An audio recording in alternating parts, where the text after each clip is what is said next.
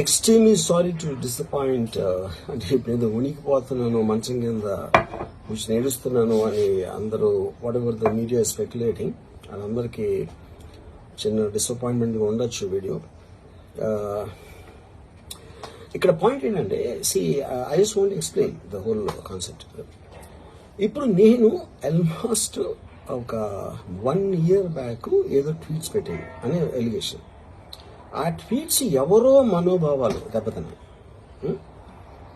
ఇక్కడ విచిత్రం ఏంటంటే 1 year బ్యాక్ పెట్టిన ట్వీట్స్ 4 డిఫరెంట్ ప్లేసెస్లో 4 డిఫరెంట్ జ్యూరిస్డిక్షన్స్లో 4కి ఒకే 3-4 రోజుల వ్యవధిలో వాళ్ళ మనోభావాలు దెబ్బతిన్నాయి.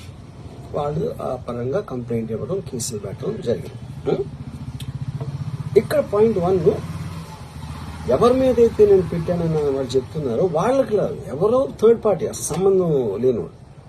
ఆ కాంటెక్స్ట్ లో అసలు ఈ కేసు ఎలాగా, ఈ సెక్షన్స్ ఎలా వర్తిస్తాయి అనేది అప్పుడు ఆబ్వియస్ గా నాకు వచ్చే అనుమానం కానీ, నాకు కానీ నా మనుషులు కానీ, ఇది ఒక పర్సిక్యూషన్ చేయటానికి ఒక పద్ధతి ప్రకారం ఉన్న ఎలవబుల్ లాస్ ని వాడుతున్నారా, లేకపోతే ఇప్పుడు వరల్డ్ ఓవర్ ఒక ఫినామినా ఏం జరుగుతుందంటే, పొలిటికల్ పార్టీస్ వాళ్ళు they are weaponising the systems of the police. అది అమెరికాలో జరుగుతుంది, యూరోప్ లో జరుగుతుంది, ఎక్కడ కూడా జరుగుతుంది.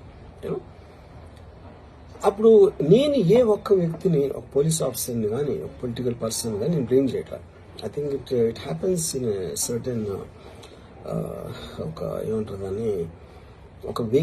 అది అందరూ కూడా ఎంతో కొంత అది చేయటానికి టెంప్టేషన్ ఉండొచ్చు.